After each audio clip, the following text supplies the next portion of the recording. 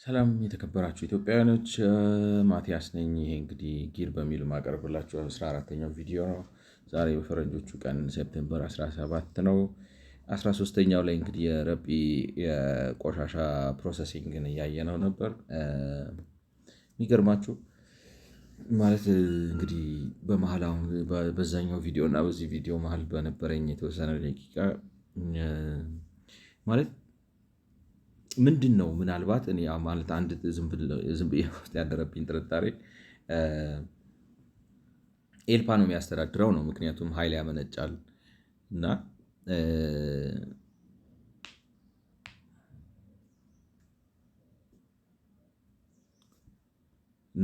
ኤልፓ ነው የሚያስተዳድረው፣ ኃይል ያመነጫል። ምናልባት ኤልፓ ያልፈለገው ተፎካካሪ ሆኖበት ነው ብዬ አስበው ሳጣ ፉክክር በሁለት ካምፓኒዎች መካከል ያለ ፉክክር ሊያሳጣኝ ነው ብሎ ነው ወይስ ወዘተ ብዬ አስቤ ነበር። ግን ሳይዋ ይሄ እኮ የሚያመነጨው በጣም ጥቂት ኤሌክትሪሲቲ ነው ማለት እንደው ለራሱ ለሰርቫይቫል እንዲመቸው ነው እንጂ ከኤልፓ በጣም ትልቅ ኤሌክትሪክ ነው ጀነሬት የሚያደርገው። ከእሱ ጋር ብዙ የሚያጋጨው ነገር የለም ማለት እንደዚህ በተወዳዳሪነት ፈርቶ ወይም በራይቫልዝም አይቶ ሊጫነው የሚችልበት መንገድ የለም። ዋና ላይክ ነው። አሁን ለምሳሌ በዚህ መልኩ አንደር ፐርፎርም እንዲያደርገው በዋናነት የፈለገ ቢሆን አሁን ባለበት ሁኔታ የአዲስ አበባ ቆሻሻ በጣም የቤቱ የሚወጣው ቆሻሻ እርጥበት ስላለው ገብቶ ለማቃጠል አይቻልም፣ ማሽን ነው የሚያበላሸው ነው። ስለዚህ ያ ማለት ምን ማለት ነው? ስትሪም ላይ እንዳልሆነም የእሴት ሰንሰለቱን በሙሉ ከስብሰባ ጀምሮ ከየቤቱ ከየደጁ ከመሰብሰብ ጀምሮ ቆሻሻውን ወስዶ ማድረቅ፣ ካደረቁ በኋላ ፕሮሰስ ማለት አሁን ትሪትመንቱ ማከሙ እንግዲህ እሱ ነው አድርጎ ለማሽኑ ፊድ ማድረግ ምናምን ሆል ቼኑ የተያያዘ ስላልሆነ ባለው አሁን ይሄ ድርጅቱ በሚጠቀመው ቴክኖሎጂ መሰረት ይሄንን የአዲስ አበባ ዝርክርቅ ቆሻሻ ወስዶ በአግባቡ ሰርቶ ትርፋማ ሆኖ ኤሌክትሪክ እያመነጨ ሊሰራ አይችልም። ስለዚህ ፕሮሰሱ እንዳለ መስተካከል አለበት ነው። ይሄንን አገናዝቦ ነው ምላችሁ። አሁን ምንድን ነው መንግስት ተብዬ የሚሰራው? ገብቷቸዋል። ዝም ብሎ በየቦታው እየሄደ ዛፍ ተክል እኮ እንትን አነሳው ምናምን ከሚል እንደዚህ ፈንዳሜንታል የሆኑ ችግሮችን ለምን አይፈታም? እና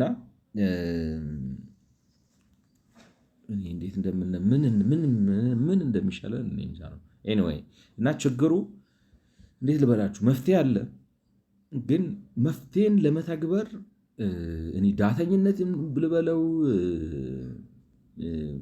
አቅም ማጣት ልበለው ወይንም ድንቁርና ልበለው ምን ልበለው በጣም አስቸጋሪ ነው። ግን እንግዲህ ባጭሩ ወደዚህ ወደ ዋናው ሀሳብ ስመለስ ወደዚህ ፔፐር ስመለስ ይቻል ነበር ነው። አዲስ አበባን ዝም ብሎ አሁን ለምሳሌ 4-5 ቦታ ከፍሎ እንደዚህ አዲስ አበባ ብታደርጉት ይህን አዲስ አበባ ብናደርገው ማለት አዲስ አበባ እንደዚህ አድርገ ነው ማለት እንደዚህ ተከፍሎ ይሄንን ለሆነው ካምፓኒ እንደዚህ ተሰጥቶ በዚህ ያለውን የሆነ ቦታ ላይ እንደዚህ አይነት ከነ ፉል ቼኑ ፕሮሰስ አድርጎ ኤሌክትሪክ እስከማመንጨት አንድ እንደዛ ከመሰብሰብ ከማጣራት ሪሳይክል ከማድረግ ወዘተ አሁን እነዛን ያለ 5 ፕሮሰሶችን ሙሉ የሚሰራ እስከ ማመንጨቱ ከነ ፋብሪካው ለምሳሌ እዚህ ጋር አይዶን ነው የሆነ በአምቦ መስመር አምቦ የሚባል በደብረ ብርሃን መስመር ደብረ ብርሃን የሚባል በናዝሬት መስመር ናዝሬት የሚባል በወሊሶ መስመር ወሊሶ የሚባል ወዘተ የቆሻሻ ማብላያዎችን ፈጥረን እንደዛ ተደርጎ ቢሰራ ብዙ ጥቅም የሚገኝ ማለት ከዌስት ማኔጅመንት አኳያ የተዋጣለት መፍትሄ ማግኘት የምንችል ይመስላል። የኔም ሀሳብ ብቻ አይደለም፣ ራሳቸውም እየሞከሩት ነው። ችግሩ ግን ምንድን ነው ማለት ከመነሻው እስከ መጨረሻው ስለማያደርጉት እና ደግሞ ኮኦርዲኔት ስለማያደርጉ ከተማ አስተዳደሩ፣ ኮንትራክተሮቹ፣ ኤልፓው ማለት ገንዘብ ሚኒስቴር አሁን ለምሳሌ አንዱ የሚያከራክራቸው ነገር ታሪፍ ነው አሉ። ታሪፍ፣ የክፍያ መዘግየት ወዘተ እና ይያያዛል። አሁን ለምሳሌ ዝም ብሎ መንግስት ዲዩቲ ብሎ ታክስ ይጨምራል ነው፣ ገቢን ልጨምር ብሎ ፊስካል ፖሊሲ ብሎ ፊዚካል እና ፊዚካል ሳይለይ ግብር ልጨምር ይላል እና እንደሱ ሲያደርግ ፕሮጀክቱ ተስማምቶ የገባበት ምናምን ያለበት ኮንትራክተሩ የተስማማው ነገር አለ፣ ያ ይቀየራል።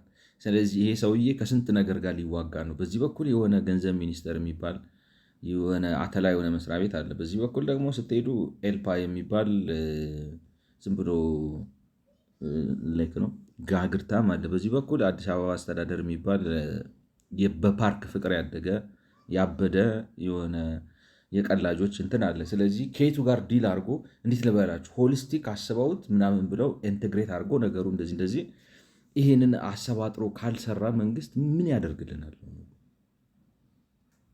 ይህንን አሰባጥሮ ይህንን ከዚህ አድርጎ ነገሩን መልክ አስይዞ የከተማዋን የቆሻሻ ችግር ቢፈታ እንዲሁ በታሪክ የተመሰገነ የሚኖር ይመስለኛል። ገብታችኋል? ግን ችግር አለ። ችግሩንም ለመናገር ችግር አለ ነው። አማውንት ኦፍ እንግዲህ ይሄኛው ወደዚህኛው ወረቀት ስንመጣ the amount of waste in Africa is increasing as is the need for recycling solutions እንግዲህ በአፍሪካ ቆሻሻው እየጨመረ ነው እና መፍትሄ ይፈልጋል ነው እንደገና ቆሻሻውን በሚጠቅም ነገር ላይ ለማዋል ማለት ነው። this creates opportunities for waste management and circular economy business is emerging economies this creates opportunities for waste management and circular economy businesses in emerging economies in Africa including Ethiopia where waste and its management have become a growing concern እና እድል ነው አሁን ይሄ ማለት ቆሻሻ እየጨመረ ነው። በአፍሪካ ደረጃ ቆሻሻ እየጨመረ ነው። ይሄ የጨመረው ቆሻሻ ደግሞ ሪሳይክሊንግ ወይንም ቆሻሻውን ፕሮሰስ የማድረግን ፍላጎት አብሮ እየጨመረ ነው እና እድል ይፈጥራል ነው። እድል ቁጭ ብሏል። እኛ ግን ነገርኳችሁ እንግዲህ እንኳን ቆሻሻ ማስወገድ መሬት መስጠት የማንችል ሰዎች እኔ እንዴት ምን ሆነን ነው የሚለው ነገር እስቲ ደሱ ነው። እድል ነው ግን አልተጠቀምንበትም። ምክንያቱም አሁን እንግዲህ ጥሩ ነው። አሁን እንግዲህ ጅማሬው ስታዩት ሀሳቡ ፈርስት ኢን አፍሪካ ነው ያለው እንግዲህ ጉግል ራሱ ነው አይደለም እኔ ሳልሆን በአፍሪካ የመጀመሪያው የሆነ የቆሻሻ ፕሮሰሲንግ ነው ምንድን ነበረ ቅድም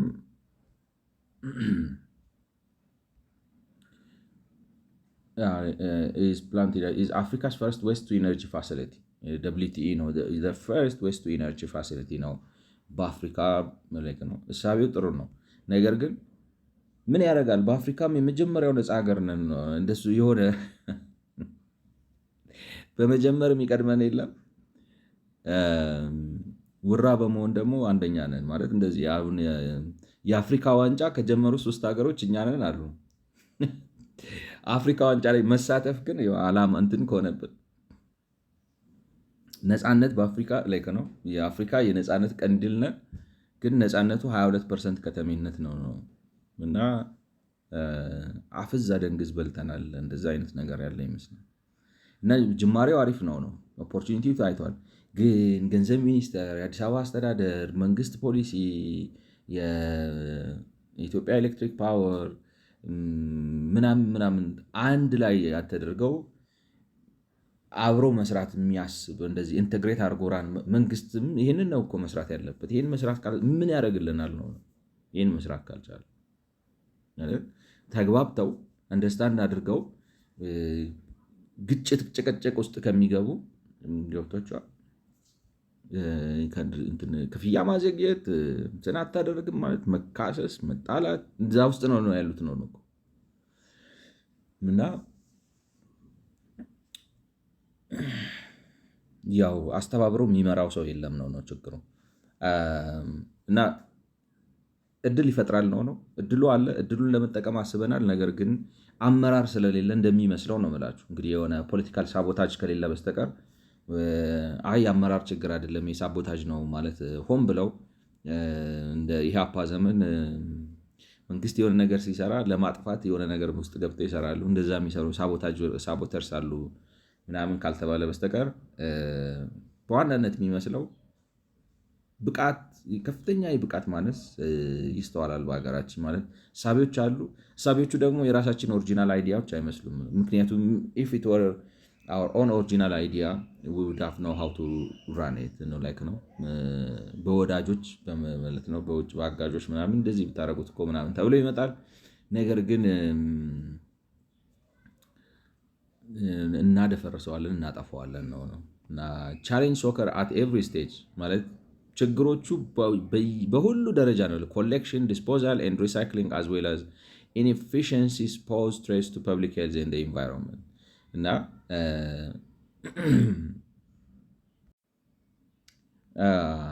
እንግዲህ የሚለው ምንድነው ቻሌንጅ ኦከር አት ኤቭሪ ስቴጅ በየደረጃው ማለት ቆሻሻ መሰብሰብ ቻሌንጅ ነው። ዲስፖዛል ማለት ገንዘብ ይመስላል፣ ገንዘብ ግን አይደለም ችግሩ ታውቃላችሁ። እሱን እኮ ነው የምላችሁ ማለት እንዴት ብዬ how do I get it across የሚለው ሆነብኝ እንጂ ለድህነታችን ምንጩ መነሻው ምክንያቱ ገንዘብ ስለሌለን አይደለም፣ ሰው ስለሌለን ነው። መሪ የለንም እና አሁን ለምሳሌ ውድ እኮ ነው ለምሳሌ እንደዚህ በካምፓኒ ደረጃ ለስራው ብትል ህብረተሰቡ የመክፈል አቅሙ ላይ ነው። that was my impression to be honest ይጎዳል እኮ አይችልም፣ ሰው ገቢ የለው ምን የለው ምናምን። ኦፍኮርስ እሱም ራሱ አንድ ኢሹ ነው፣ ሴፓሬት ነው የምናየው ነገር ሆኖ ማለት እንግዲህ በዛ በኤፍኤስአዩ በአይኤምኤፍ ምናምን የሚታየው ነው። ነገር ግን ኮሌክሽናውን ችግር የሆነው ሰው ስለማይከፍል አይደለም ነው። መንግስት በቃ አልሞት አለን። ይህንን ማህበራዊ ፍትህ የሚል አስተሳሰብ ከዚህ ሀገር ላይ በንዶድ እና በምናበት መንገድ ካላመጣን ይህ መፍትሄ የምናገኝ አይመስለኝም። በቃ ላይክ ነው። ለምን ኢንዱስትሪላይዝ አታደርገውም? ስጣቸው። ኤልፓውንም ፓወር ጀነሬሽን ይለያይ፣ ፓወር ዲስትሪቢዩሽን ይለያይ። ሪስትራክቸር እናርገውና ካፒታሊስቲክ በሆነ መልኩ እናርገው። ካፒታሊስቲክ ሲሆን ለምን ሰዎች ሀብታም ሆኑ ብለን አንጨነቅ። ተወዳዳሪ በሆነ ዋጋ ካፒታሊዝም ማለት ምን ለመሰላችሁ እንደው ከርሱ እንዳልወጣ እንጂ ካፒታሊዝም ምን የምንፈልገው ለምንድን ነው? ተወዳዳሪ በሆነ ዋጋ ጥራት ያለው ነገር ማቅረብ እንዲችልልን በሚለው ነገር ላይ እናተኩር። በዛ ሂደት ውስጥ ማን ምን ያህል በለጸገ ነን ኦፍ አወር ቢዝነስ ነው ነው።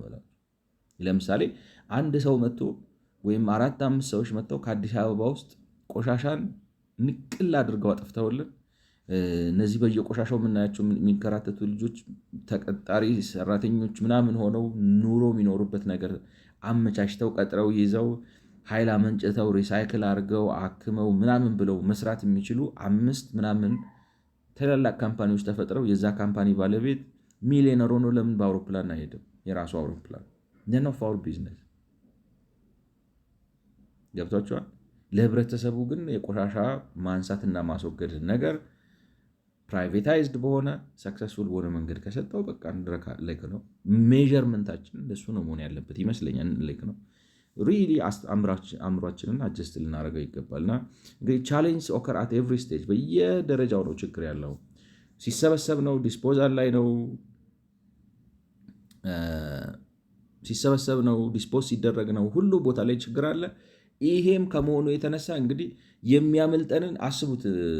ኦኬ ይሄም ከመሆኑ የተነሳ የህዝብ ጤናና ፐብሊክ ሄልዝ እና የአካባቢ መጎዳት አስከትሏል ነው። አሁን እነሱ ከኢንቫይሮንመንታል ላይክ ነው ኢኮኖሚክ አስፔክቱን አስቡት። እነሱ አሁን ከሄልዝ ነው ጤና ጎድተዋል፣ ኢንቫይሮንመንት ጎድተዋል ነው እሱ አንዱ ጎኑ ነው። ግን ያሳጣንን የኢኮኖሚ ኦፖርቹኒቲ ላይክ ነው። ስንት ሰው ቀጥራችሁ ስራ ሰርታችሁ ሀብት ፈጥራችሁ ቆሻሻውን ራሱ ሀብት አድርጋችሁት ማድረግ ላይክ ነው። ኢኮኖሚክ ቤነፊትም አለ ነው እና ይሄንን ብቻ አይደለም ሚስ ያደረግ ነው ያንንም ነው። ይህንን ደግሞ ያደረግነው እሳቤው ስለሌለ አይመስልም። ምክንያቱም ታስቦ ይኸው ተተግብሯል ነው። ግን ሆሊስቲክ ስላልሆነ ከሁሉ ጋር ተያይዞ አገሪቱ ቢዝነስ ኦሪየንትድ ስላልሆነች ማለት የፖለቲካል ኢኮኖሚ ቲንኪንጉ ትልቅ ስፍራ የተጫወተ ነው የሚመስለው። አትሊስት የኔ የተረጋገጠ ነው እንደዛ እንደማስብ ታውቃላችሁ። ግን ቻት ጂፒቲም ከኔ ጋር የሚስማማ ይመስላሉ። At the same time, recycling and environmental protection issues are increasingly coming into focus, especially in the country's industrial parks and its capital city, Addis Ababa. በተመሳሳይ ደግሞ ማለት የቆሻሻን በዚህ መልኩ ተመልሶ አገልግሎት ላይ ሊውል በሚችል መልኩ የማስወገዱ ጉዳይና አካባቢን ካልተፈለገ ጉዳት የመጠበቁ ምክንያት ጉዳይ ማለት በቀጣይነት ትኩረት እየሳበ ነው። በተለይ ደግሞ በሀገሪቱ ማለት በአዲስ አበባ ከተማና ኢንዱስትሪያል ፓርክ በሆኑት አካባቢ፣ ምክንያቱም ኢንዱስትሪያል ፓርኮቹ ብዙ ቆሻሻ ያስወግዳሉ፣ የጤና ችግር ሊፈጥሩ ይችላሉ ማለት ነው። ዌስት ማኔጅመንት ኢን ኢትዮጵያ ኢዝ ዲሴንትራላይዝድ አት ሎካል ሌቭል በት ዲው ቱ በጀተሪ ኤንድ ኢንፍራስትራክቸር ኮንስትሬንትስ local authorities struggle to contain the increasing waste. In the past years, waste generation has increased from 9,700 tons per day in 2015 to 12,200 tons per day into 2020. It is estimated that the daily amount of waste will double from 2015 to 2030. The collection rates in the cities vary from range to in range from 40 to 60% around per year. That's too much.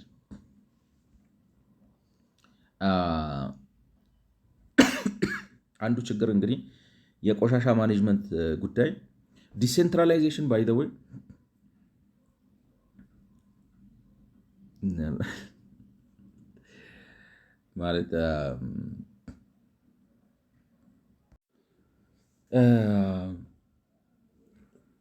ማለት እንግዲህ ምን መሰላችሁ፣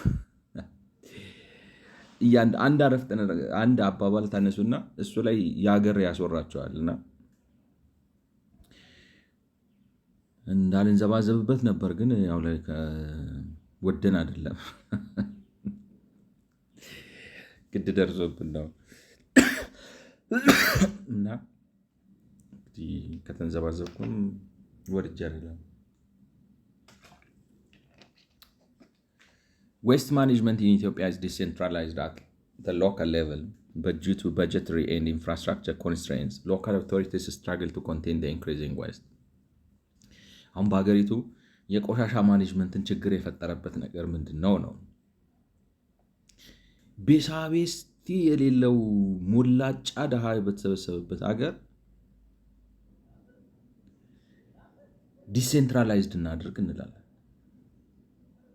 ለምን ዲሴንትራላይዝድ እናድርግ የምንለው? ያበደ የበሽተኛ ፖለቲካ ስላለን ነው። ራስን ማለት የዲሴንትራላይዜሽን ዓላማው እንዳልኳቸው አሁን በእኛ ሀገር ፌዴራሊዝምን ያለ ቦታው ነው የምንረዳው። ፌዴራሊዝም በመማከል የሚፈጠሩ ችግሮችን ለመቅረፍ ታስቦ የተፈጠረ የፖለቲካ አስተዳደርና አወቃቀር ስልት ነው እንጂ ፌዴራሊዝም የማንም ቅልን ራስ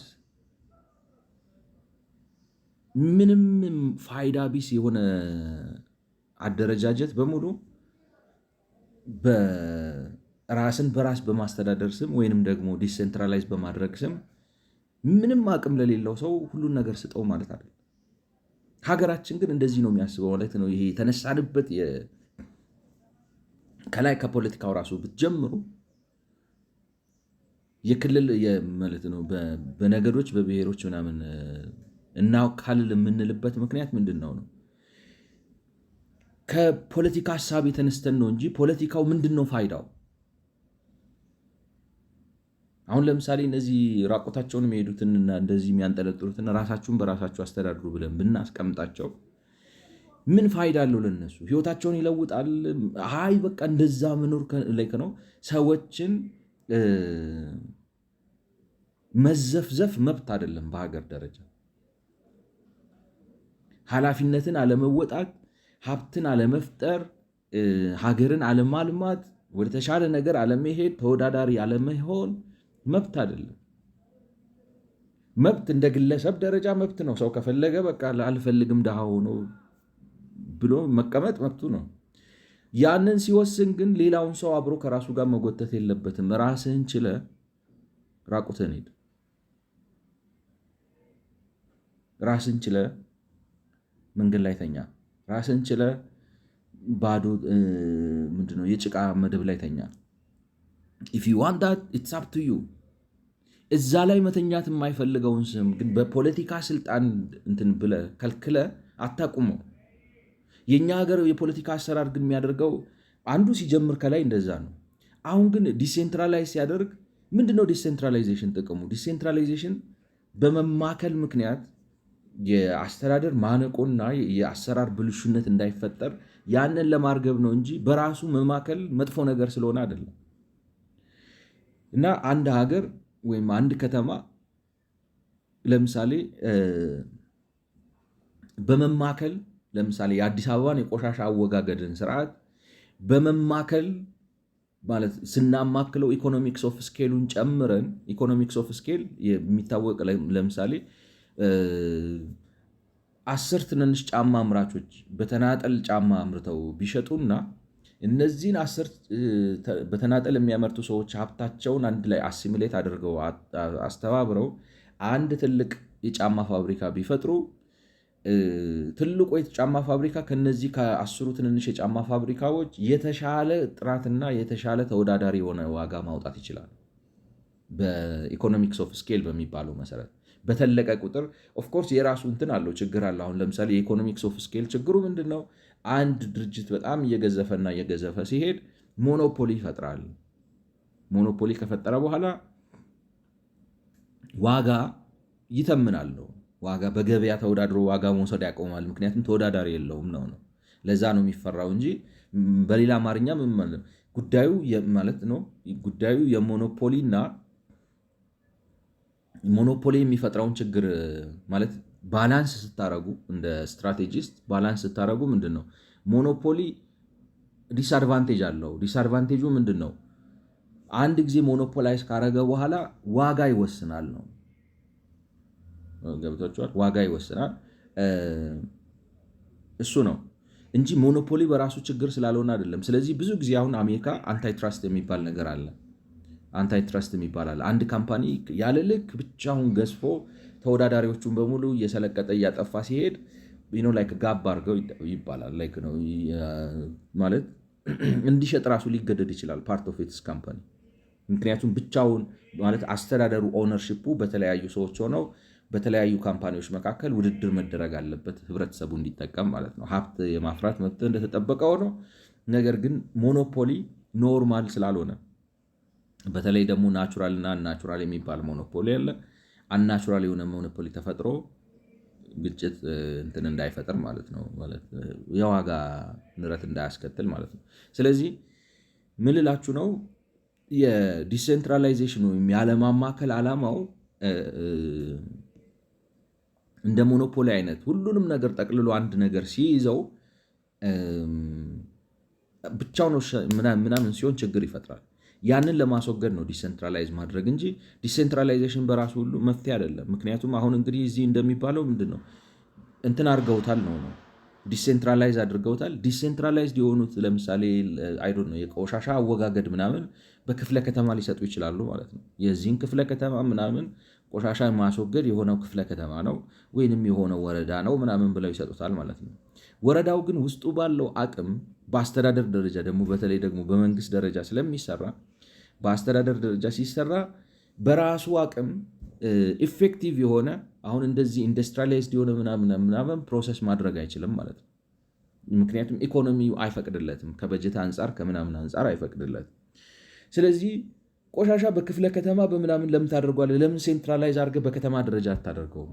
ኦፍኮርስ በከተማ ስላችሁ ቅድም እንዳልነው ለምሳሌ አዲስ አበባን ክፍለ ከተማው በክፍለ ከተማ ከምታጠባው እንደዚህ አስፍተ ዝም ብለህ እንደዚህ አስምረ ፎል የሚያደርጉ አሁን ለምሳሌ እዚህ ውስጥ ክፍለ ከተማ 3 ክፍለ ከተማ 5 ክፍለ ከተማ 7 ምናምን ፎል ሊያደርጉ ይችላሉ።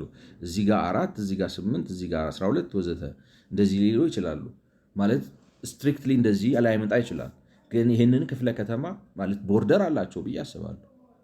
ክፍለ ከተማ ሲከፋፍሉ ሰብሴክሽን አለው እንደዚህ ብለው ለአንድ ክፍለ ከተማ ከሚሰጡት ኮንሶሊዴት አድርገ እስከሚቻለው አንዳንዴ በአዲስ አበባ 4 ቆሻሻ አስወጋጅ ድርጅቶች ላያስፈልጉ ይችላሉ። ምናልባት 2 ብቻ ላያስፈልጉ ይችላሉ።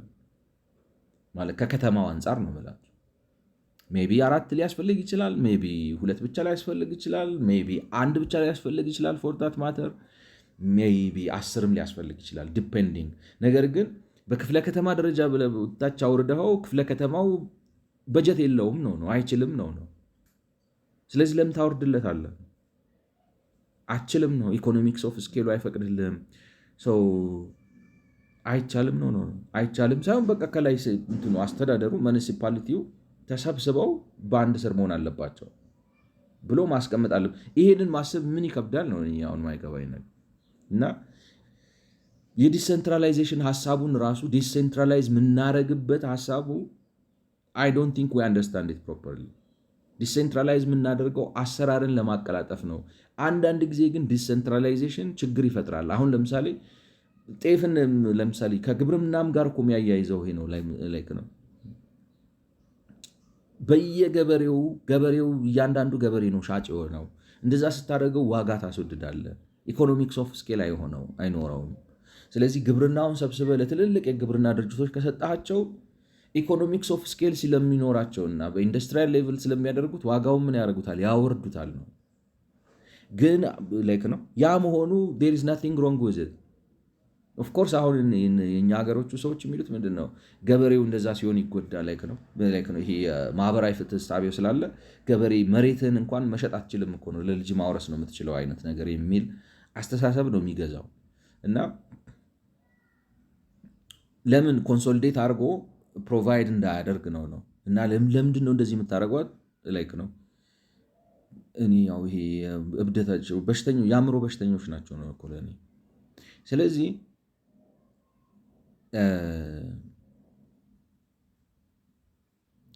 ኮንሶሊዴት ማድረግ ችግር የለውም። በከተማ ደረጃ በአዲስ አበባ ደረጃ ለምን ግማሹን ሰብስበን ለአንድ ካምፓኒ አንሰጠው? የሚፈለገው ምንድን ነው?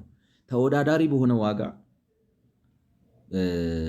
ለምሳሌ እነዚህን በቆሻሻ ላይ ነው ኢንፎርማሊ የተደራጁትንም ያልተደራጁትንም በሚያካትት መልኩ ለእነሱም ስራ ፈጥሮ ምናምን ብሎ ኃይል መንጭቶ ሪሳይክል አድርጎ ምናምን መስራት በሚቻልበት ያም ህብረተሰቡ አፎርድ ሊያደርግ በሚችልበት መልኩና ኢንታይር ኢንተርፕራይሱ ትርፋማ ሊሆን በሚችልበት የሚመነጨው እንደዚህ ሊሆን በሚችልበት ምናምን ብለን ያንን ለማድረግ ያንን ግብ ለማሳካት ኮንሶሊዴት ማድረግ ካለብን በግማሽ ብናደርገው በሩብ ብናደርገው ካልሆነም በሙሉ ብናደርገው ጥያቄ መፍጠር የለበትም። ለምን ጥያቄ ፈጥሮ ወይንም ደግሞ ምንድነው በቃ እንደዚህ ነው ላይ ልበላችሁ ችግሩ ለምን ታይቶን መፍትሄ እንደማናመጣ እኔ አይገባኝም ነው። ግን የሚሉት እንደዛ ነው።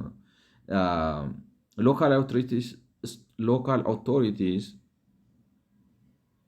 struggle like ነው to contain the increasing waste ከአቅማቸው በላይ ነው።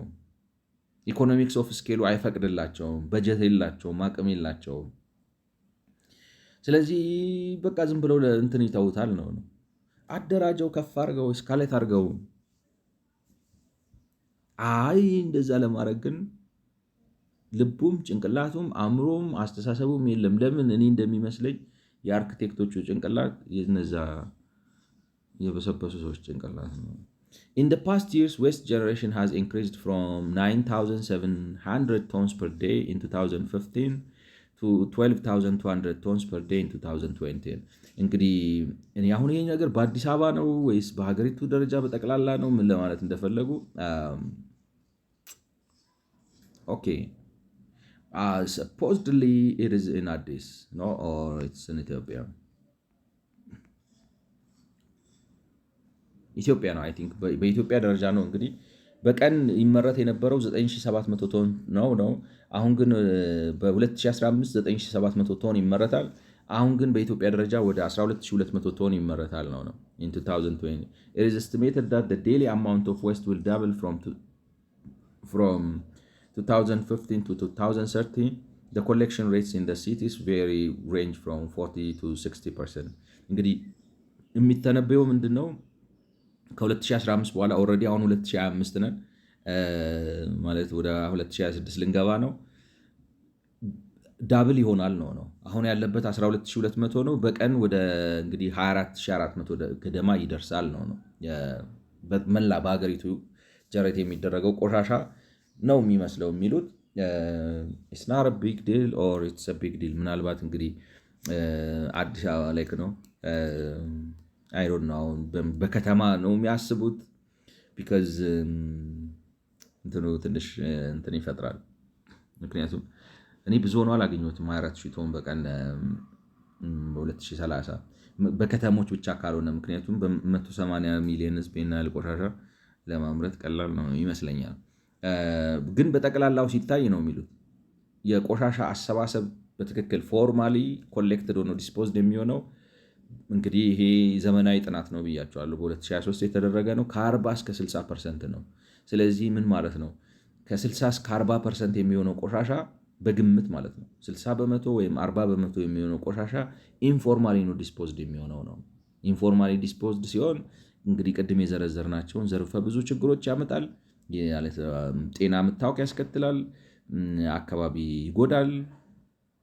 ያም ብቻ አይደለም፣ በትክክል ቢሰራ ደግሞ ሊፈጥር የሚችለውን ኢኮኖሚክ አቅም ያስቀራል ማለት ነው። ኢኮኖሚ አቅም፣ የስራ ዕድል፣ ሀብት ፈጠራ ምናምን ያስተጓጉላል ማለት ምንድን ነው? ቦዝ ሁለት አፎት ያለው ችግር ነው ማለት ነው። ማኒሲፓል ሶሊድ ዌስት ኢን አዲስ አበባ አማውንትስ ቱ አራውንድ 750 ቶንስ ፐር የር።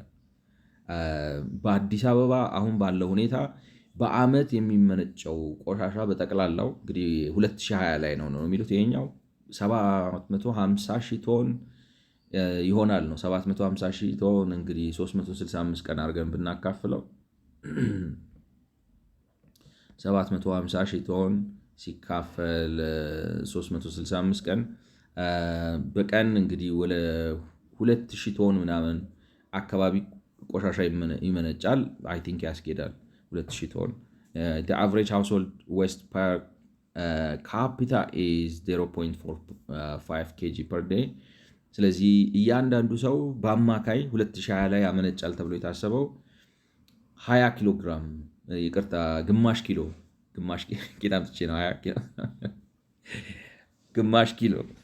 ግማሽ ኪሎ ቆሻሻ ያመነጫል በቀን ተብሎ ይታሰባል። the collected waste is dumped at landfills. Open dumping and burning are, despite being illegal, also common practice in both urban and rural communities. እንግዲህ የሚሰበሰበው ቆሻሻ በአብዛኛው ዳምፕ ፊል ላይ ነው የሚደረገው፣ ይሞላል ነው እንግዲህ እንደ ቆሼው ማለት ነው በአብዛኛው። እና በግልጽ መጣል ህገወጥ ቢሆንም እና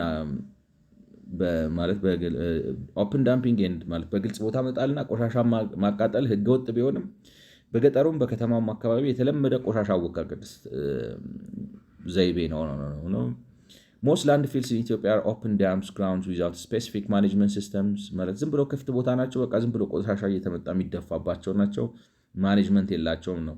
In Addis Ababa 85% of the city's collected garbage is disposed of at the Koshe landfill and the rest at the neighboring waste to energy facility Rapi።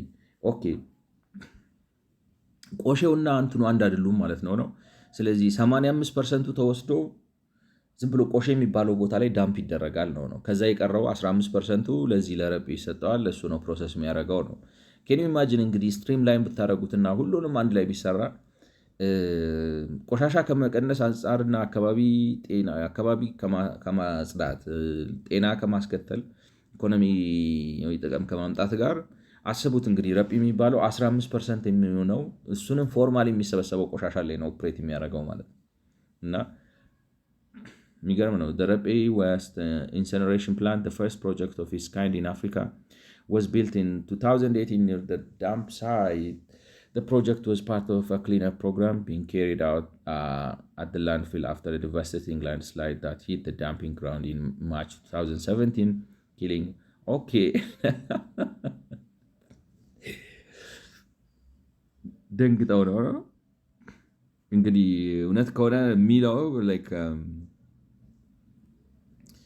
ፕሮጀክቱ የተቋቋመው ተደርምሶ 17 ሰው ቆሻሻውን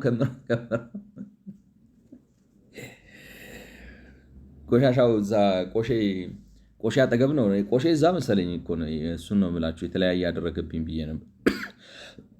ግን ፕሮጀክቱ ራሱ እንግዲህ የታሰበው ምን ማለት እዛ አካባቢ ሰዎች ቆሻሻው ተደርምሶ 16 ሰው ገደለ ነው። 116 ኪሊንግ አትሊስት 116 ፒፕል። የሚገርም ነው።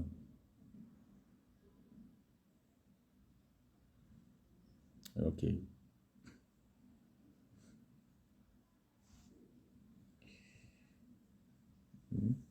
ማለት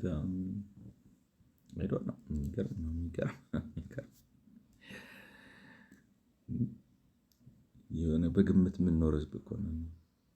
116 ሰው ሞቶ እሱን ለማስታገስ ነው ማለት ነው ፕሮጀክቱን የጀመሩት። እንግዲህ it looks like that. The project is the result of a partnership between the government of Ethiopia and the consortium of international companies. ካምብሪጅ እንግዲህ ፕሮጀክቱ ደንግጠው ነው የሚመስለው። ቆሻሻ ተደምሰው 116 ሰው ሲገድል የሚፈጥረውን ማለት በቀጣይነት ደግሞ ነገሩ በዚህ ከቀጠለና የሆነ ነገር ከፈጠረ ማለት ነው። አሁን ለምሳሌ ወድቆ እንደገና ሰው ከገደለ የሚፈጥረውን እንትን ምናምን ብለው እንዴት ልበላችሁ ማለት ነው። ኢትስ ጀስት ሲምፕሊ ትሮዊንግ ዘ ፕሮብለም አንደር ዘ ካርፔት በእንግሊዝኛው እንደሚባለው ማለት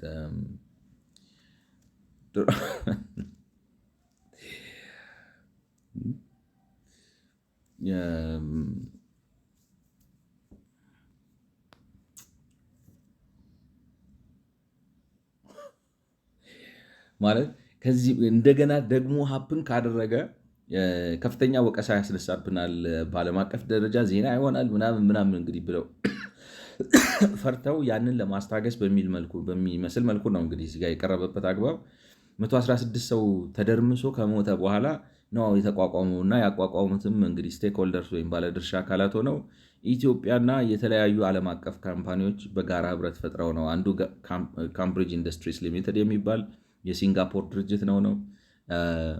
ቻይና ናሽናል ኤሌክትሪክ ኢንጂነሪንግ እና ራምፖል ዳኒሽ ኢንጂነሪንግ ፈርም። ስለዚህ አንድ ከዴንማርክ፣ አንድ ከሲንጋፖር፣ አንድ ከቻይና እነዚህ 3 ካምፓኒዎች አንድ ላይ ኢንቴግሬት አድርገው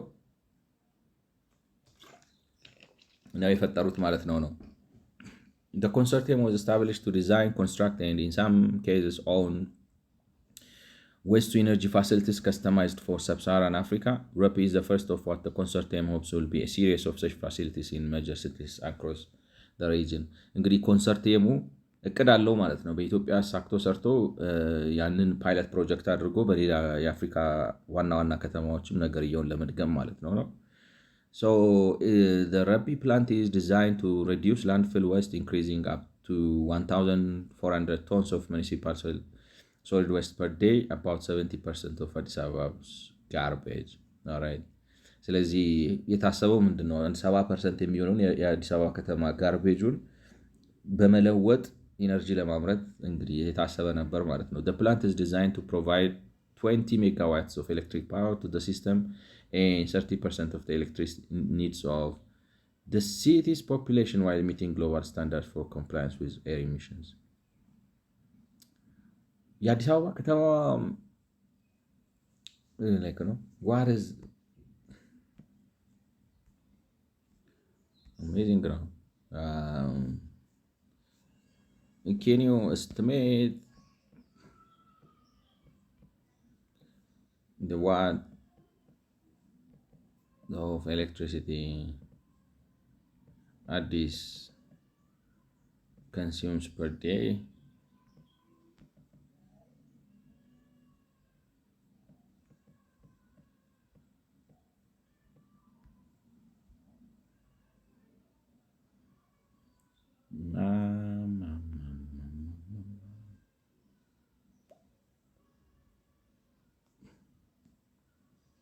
ማለት በአዲስ አበባ በቀን 20 ሜጋ ዋት ብቻ ኤሌክትሪሲቲ ነው ጀነሬት ማመን እኮ ከብዶኝ ነው። ማለት 20 ሜጋ ዋት ኤሌክትሪሲቲ ካመረተ የከተማዋን 30% ኤሌክትሪሲቲ ኒድ ሰፕላይ ማድረግ ይችላል። የቆሻሻ እንትኑ የሚለው ነገር ገርሞ ነው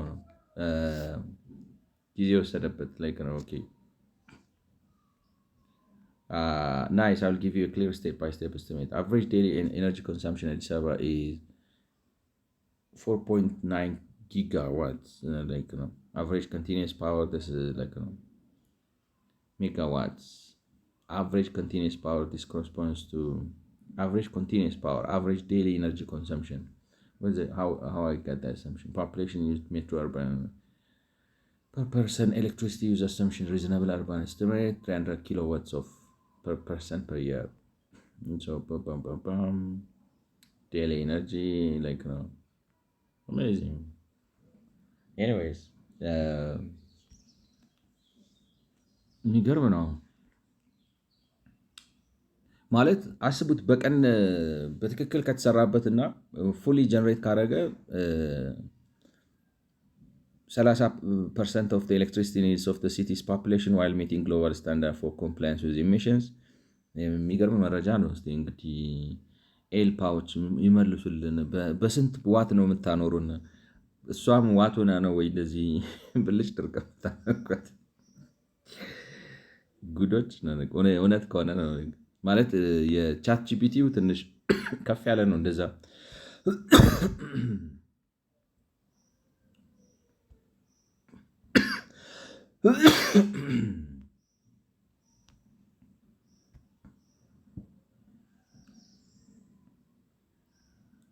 per year. So this analysis range is a reasonable central peaks can be considerably higher. So it's possible ማለት ነው ከ130 እስከ 260 ሜጋዋት በቀን ኮንሱም ልታረጉ ትችላላችሁ ነው ሊሆን ይችላል። እንግዲህ ገርሞኝ ነው። እንደው ዝም ብሎ በመረጃ ደረጃ በጣም ትንሽ ስለሆነብኝና በአንድ የቆሻሻ ማብላያ ማዕከል የአዲስ አበባን የኤሌክትሪክ ሲቲ ፍላጎት በ30% ማሳካት መቻል የሚገርም ቁጥር ነው የሆነብኝ። 20 ሜጋዋት ጀነሬት አድርጎ ማለት ነው። So due to technical difficulties, the plant is, however, until today not yet fully operational.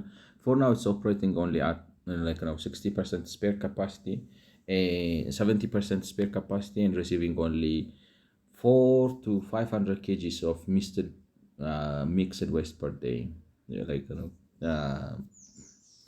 All right.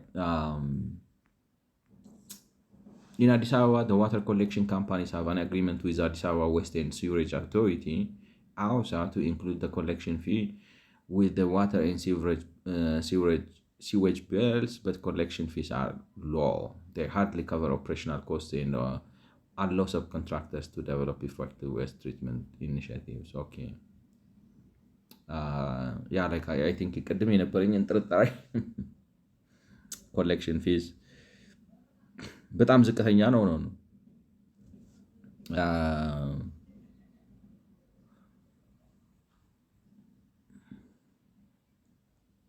ማለት እንዴት ነው? አይ ዶንት ኖ ፕሮጀክቱ ቢሰራ ማለት መጀመሪያ እንዳልኳችሁ እኔ ፍራቴ የነበረው ምንድን ነው ከየግለሰቡ ቤት ለቆሻሻ ማስወጫ የሚከፈለው ብር አሁን የአዲስ አበባ የውሃ ፍሳሽ ወሬቨር የሆነ ብቻ አውሳ ወሬቨር እንደኔ ነው አክሮሚ በአማርኛ ምንድን ነው የምትሉት? አውሳ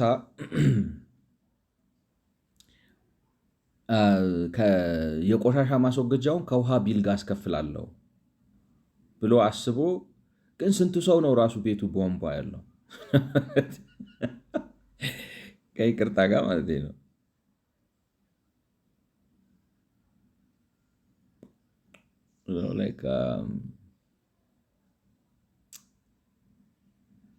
እና መሰብሰቢያ ዋጋዎቹ በጣም ዝቅተኛ ስለሆኑ they hardly cover operational costs and allow subcontractors to develop effective waste treatment initiatives. ግን 30% ኤሌክትሪሲቲ ጀነሬሽኑ ራሱ መክፈል አይችልም ነው። እንዴት ነው አይዲያዬ ምንድን ነው? አይ ዶንት ኖ ነው ፕሮጀክቱ ኤኒዌይ ቅድም ያልኩት ህዝቡ የሚከፍለው ክፍያ በጣም ትንሽ ስለሆነ ኮሌክሽን ፊ ውስጥ እዚህ ውስጥ አስገብታችሁ ኮንሲደር አድርጋችሁ ፕሮጀክቱን ሙሉ ለሙሉ ስታስቡት አያዋጣም ነው። ግን አሁን ይሄ ረጲ የሚባለው ኦፕሬሽናል ሆኗል ነው።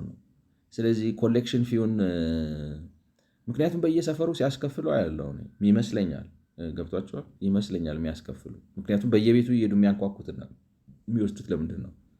ስለሚከፈል አይመስላችሁ ዝም ብለው ይወስዳሉ? አይወስዱም። ስለዚህ እኔ እንጃ እንግዲህ ምንድን ነው የሚባለው የመረጃ እጥረት ማለት ወይ ከአቅማቸው በላይ ሆኖ ነው እውነትም ኢኮኖሚካሊ ማለት ነው። ሰው ራሱ አቅም የለውም። ለምሳሌ በወር 200 ብር ለቆሻሻ ማስወገጃ ክፈል ብንለው በየቤቱ ነው ምላችሁ አይችልም ሊባል ይችላል ባለው ፋክት። ምክንያቱም ምን ልበላችሁ ያለው ሪያሊቲ መገመት የሚያስቸግር ነው። አሁን በቀደም ምስር 1 ኪሎ ስንት ነው? 240 ብር ነው ምናምን እና ሰው ይገዛል ስለው አይ 1 ኪሎ አይገዙም ግማሽ ወይ ሩብ ይገዙታል። እና ለዛ ሰው እንደዛ ከከበደው እንግዲህ ማለት ምን ለማለት ነው እሳቤው ሀሳቡ አደራረጉ ጠፍቷቸው ሳይሆን ነገር ግን ህዝቡ ያለበት የኢኮኖሚ ግን እኔ ይመስለኛል አሁን እነዚህ በየእንትን የሚሉት በወር ከ200 ብር በታች ይቀበላሉ ወይ? አይ ዶንት ቲንክ ሰው ከየቤቱ ነው ምላችሁ ከ200 ብር በታች ላይ ይቀበላሉ ወይ? ደግሞ በየቀኑ ፒክ ባታደርጉትም በ2 ቀን በ3 ቀን ወይ በምናምን የመጣችሁ ፒክ የምታደርጉት ሆነ ስለዚህ በወር 10 ቀን ነው የምትመጡት የሆነ ደረጃ ብታደርጉትና ላይክ ነው ሰብሲዳይዝ እየተደረገ ከትልልቆቹ ትንሽ ምናምን እያደረጋችሁ መሰብሰብ የሚቻል ይመስለኛል። ማለት ኤኒዌይ ማይ አይዲያ ኢዝ ኢኮኖሚክ ሪያሊቲው ተጨባጭ መሬቱ ላይ ያለው ሁኔታ ይሄንን ሙሉ ቫሊዩ ቼኑን ብንሰጥና አሁን ለምሳሌ ለ4 ካምፓኒዎች ብንሰጣቸውና አጫርተን በመላው አዲስ አበባ ለ4 ካምፓኒዎች ቢሰጥ ይሄ በየግለሰቡ ቤት የሚሰበሰበው መሰብሰብ ሰዎቹ ስለማይከፍሉ ያስቸግራል የሚለውን ነገር ይከብደኛል። ምክንያቱም መንደር ነው ይታያችሁ እንግዲህ ማለት ዋትስ ደ ዲፊከልቲ የሆነ ትራክ ይዘህ ትመጣለህ። ግብዳ ትራክ ገብቷችኋል። አንዴ መንደር ውስጥ ገብተህ ስትወጣ ከእያንዳንዱ ሰው ማለት ነው ስንት ቤት ነው የምታነሳው? ከቤት ይዘህ የምትወጣው ቆሻሻ በኢኮኖሚክስ ኦፍ ስኬል ወስደህ ነተህ ዳምፕ ለማንሳት ነው። ከዛ በኋላ መሀል ላይ ማድረቁ አለ፣ ማከፋፈሉ አለ፣ ለፋብሪካው ፊድ ማድረጉ አለ።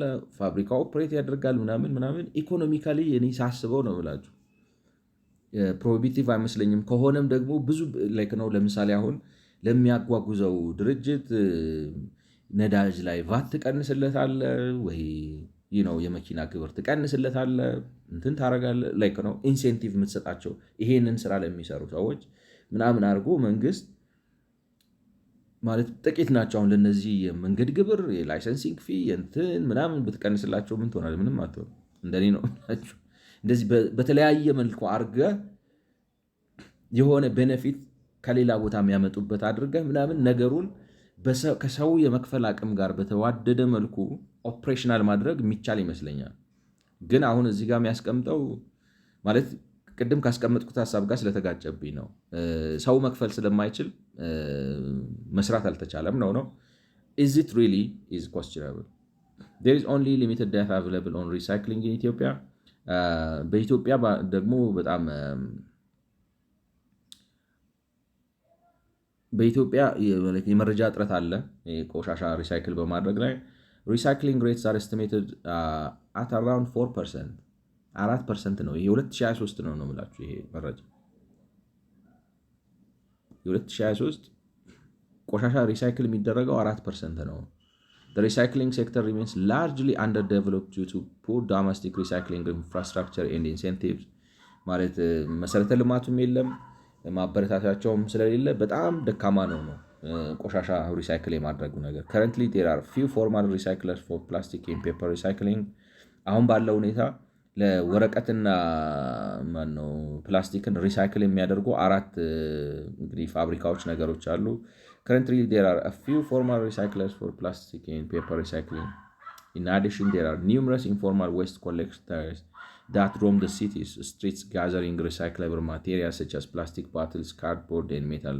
እና ከነዚህ በተጨማሪ እንግዲህ ኢንፎርማል የሆኑ ቆሻሻ ሪሳይክለሮች አሉ ነው ላይክ ነው በከተማው በጠቅላላ እየዞሩ የፕላስቲክ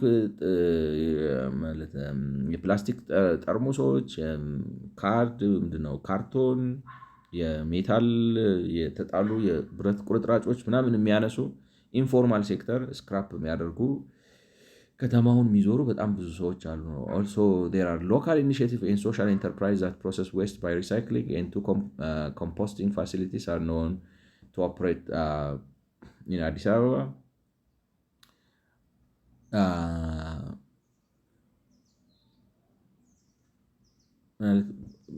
ሪሳይክል የሚያደርጉ 2 የኮምፖስቲንግ ፋሲሊቲስ አሉ ነው።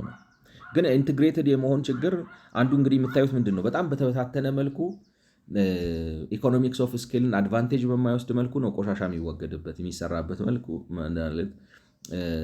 ስኬል አላደረጉትም። እኔ ስኬል ቢያደርጉት ኮስቱን ይሸፍናል የሚል ሀሳብ አለኝ ነው። ምክንያቱም ከበዛ ተሳቢ ይዞ ይምጣ ነው፣ ካነሰበት ገብቷቸዋል። አስቡት፣ አሁን ከሰፈራችሁ ተሳቢ ይዞ መጥቶ በተሳቢ ቆሻሻ ሰብስቦ ቢወጣ ይዞ መውጣት የሚችለውን ካፓሲቲ ሰው መክፈል ከሚችለው ከየቤቱ 200 ብር ብትሰበስቡ በወር ጠራርጎት ይዞት የሚወጣ ይመስለኛል። ላይክ ነው ስታንዳርዳይዝድ አድርጎት ለምሳሌ ቆሻሻውን ወስዶ ራሱ ፕሮሰስ አድርጎ ምናምን ብሎ እስከመጨረሻው እስከ ቫሊዩ ቼኑ ካረጋችሁት ይመስለኛል። አሁን ግን እንደምታዩት እንግዲህ ሰው ኢንፎርማል በሆነ መልኩ በመንግስት በምናምን በተበታተነ መልኩ ስለሚሰራ በተበታተነ መልኩ ሰርቶ ደግሞ ህዝቡን እያንዳንዱን ሰው 5,000 ብር ምናምን ካላልከው በስተቀር ላይመጣ ይችላል። ዋጋው ግን 300 ብር 400 ብር አድርገህ በወር እኔም ይሰራ ይመስለኛል፣ በተለይ ካሳደጉት ማለት ነው። እና ኮምፖስት የሚያደርጉ 2-3 ቦታዎች አሉ ነው።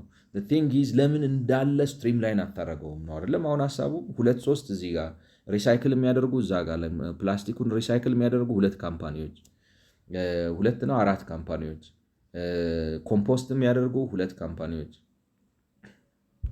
ኢነርጂ የሚለውጥ 1 ካምፓኒ፣ የተበታተኑ የተነጣጠሉ ናቸው። እነዚህ በሙሉ ግን ስትሪም ላይን እንደሆነው በአንድ ኦርጋናይዜሽን በአንድ ካምፓኒ ስር ቢሆኑ ካምፓኒው መኪና ተከራይቶ የሚሆን በራሱን መኪና ይሁን ከሰፈር ቆሻሻ ማውጣት ጀምሮ ወስዶ ቆሻሻውን በትኖ የሚደርቀውን አድርጎ ኮምፖስት የሚሆነውና ሜቴን የሚያወጣውን ኮምፖስት አድርጎ ሜቴን አውጥቶ ሪሳይክል የሚደረገውን ሪሳይክል አድርጎ ራሱ ብሩን ራሱ እየወሰደ ከዛ የሚያገኘውም ትርፍ ፋይናንስ ያደርገዋል ነው ራሱን ነው። እንደገና ደግሞ ኤሌክትሪክ አመንጭቶ ኤሌክትሪክ ሲያመነጭም ስፔሻል ትሪትመንት ትሰጠዋለህ ነው። አሁን ለምሳሌ ገንዘብ ሚኒስቴር እዚህ ጋር እንደዚህ ይላል፣ ማን ነው ኤልፓ እዚህ ጋር እንደዚህ ይላል፣ አዲስ አበባ መስተዳድር በካልቾ ማለት ነው። ልክ ነው። በስነ ስርዓት ስትሪም ላይን አድርገ ኦብጀክቲቭ በከተማ ውስጥ ጽዳት ማስፈን አለብን ነው። ስለዚህ እንዴት አድርገን ነው ከነዚህ ኦብጀክቲቮች ጋር ሲንተሳይዝ አድርገን ነው ልንሰራው የምንችለው በሚለው ቢሰራ እና ከመጀመሪያው ከቆሻሻ መሰብሰቡ ሪሳይክል አድርጎ እንዳልኳቸው አሁን 38 ብር ነው በላስቲክ ውሃ ይጠጣል እንዳለ የምታዩት ነው። ከተማ ውስጥ በመኪና እያዞሩ ነው የሚሸጡት። ውሃ አለ፣ ሌሎች ላስቲኮች አሉ ምናምን። እነሱን ሰብስቦ ሪሳይክል አድርጎ ከሪሳይክሉም ራሱ ካምፓኒው ትርፍ የሚያገኝ ከሆነ ከሪሳይክሉ ራሱ ትርፍ የሚያገኝ ከሆነ ማዳበሪያ ሰርቶ ከማዳበሪያው ራሱ ትርፍ የሚያገኝ ከሆነ ኃይል አመንጭቶ ከኃይል ማመንጨቱ ራሱ ብር የሚያገኝ ከሆነ እነዚህ ነገሮች ከህዝቡ ክፍያ ጋር ተደማምረው እኔ ኮስቱን ከቨር የሚያደርግለት ይመስለኛል። ግን አሁን ለምሳሌ ሪሳይክሉን ለአንዱ ለብቻው ሰጥተው፣ ኮምፖስቲንጉን ለአንዱ ለብቻው ሰጥተው፣ ኢነርጂ ፕሮዳክሽኑን ለአንዱ ለብቻው ሰጥተው፣ እሱንም ደግሞ በዚህ በታሪፍ በዚህ በምናምን አድርገህ አወሳስበህበት አይ ዶንት ቲንክ ኢት ወርክስ። በተለይ ከሀገሪቱ ከሰው የድህነት ሁኔታ ጋር ተያይዞ ማለት ነው። ግን ኢንትግሬት ቢደረግ ምናልባት የሚሰራ ይመስለኛል ነው። So managing waste in different sectors, construction and demolition waste.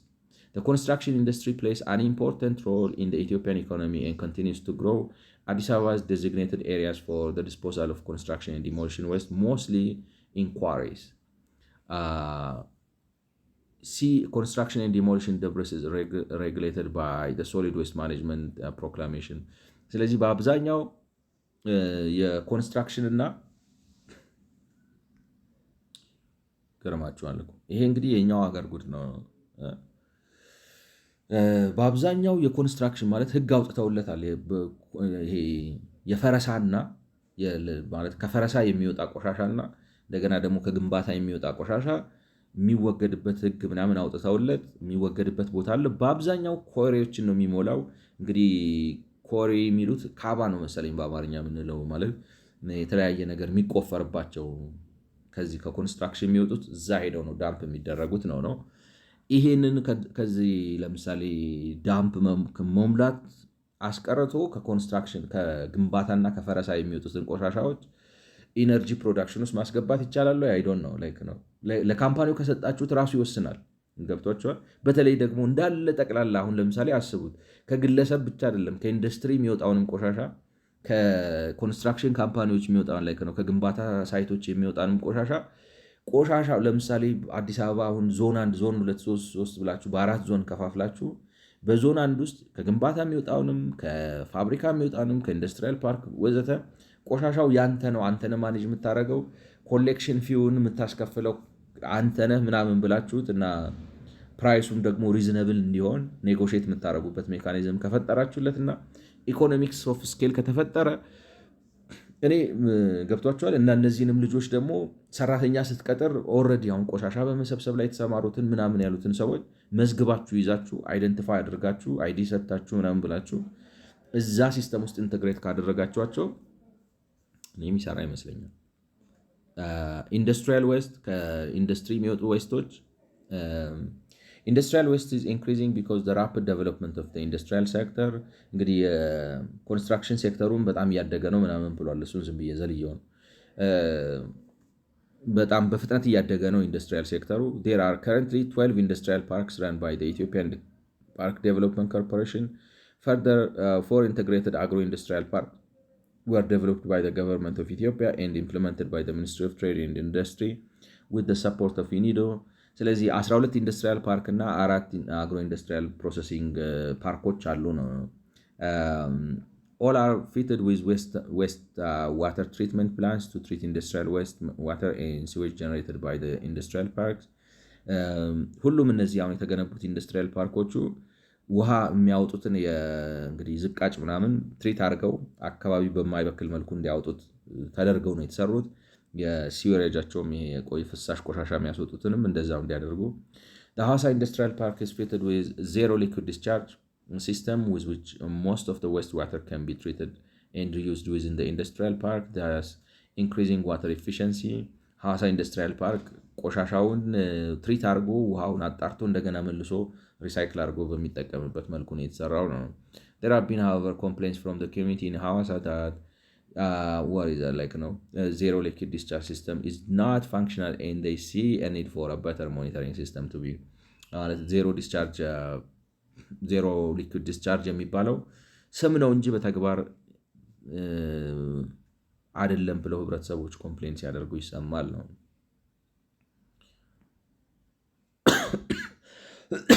All right. Other industrial parks are fitted with conventional treatment plants which treat and discharge the wastewater into the surrounding environment. ሌሎቹ የኢንዱስትሪያል ፓርኮች እንደ ሐዋሳው ውሃውን ትሪት አድርገው መልሰው ሪሳይክል አድርገው እንጠቀማለን ብለው አይሉም ነው። ውሃውን ትሪት አድርገው ወደ ውጭ አውጥተው የሚደፉት። የሐዋሳውን በስም ብቻ ይመስላል ነው። The Hausa Industrial Park is considered the country's first eco-industrial park as its energy supply comes from hydroelectric power. However, while other industrial parks are equipped with wastewater treatment plants, none has a sustainable way of disposing the sludge and salt. እንግዲህ ማለት ነው ኢኮ ኢንዱስትሪያል ፓርክ ሆኖ የተሰራው ሐዋሳ ኢንዱስትሪያል ፓርክ ብቻ ነው። ስለዚህ 11 የተሰሩ አሉ። እንደዚህ አይነት በተለይ ደግሞ ስለጅና ዝቃጭና ጫዎችን የሚያስወግዱባቸው ሜካኒዝም የላቸውም ነው። ስለዚህ ችግር አለ ነው። ተከበራችሁ ኢትዮጵያኖች ለአሁን እዚህ ጋር ላብቅ። ስለሰማችሁኝ አመሰግናለሁ። የ15ኛው ቪዲዮ ላይ እንገናኝ። መልካም ጊዜ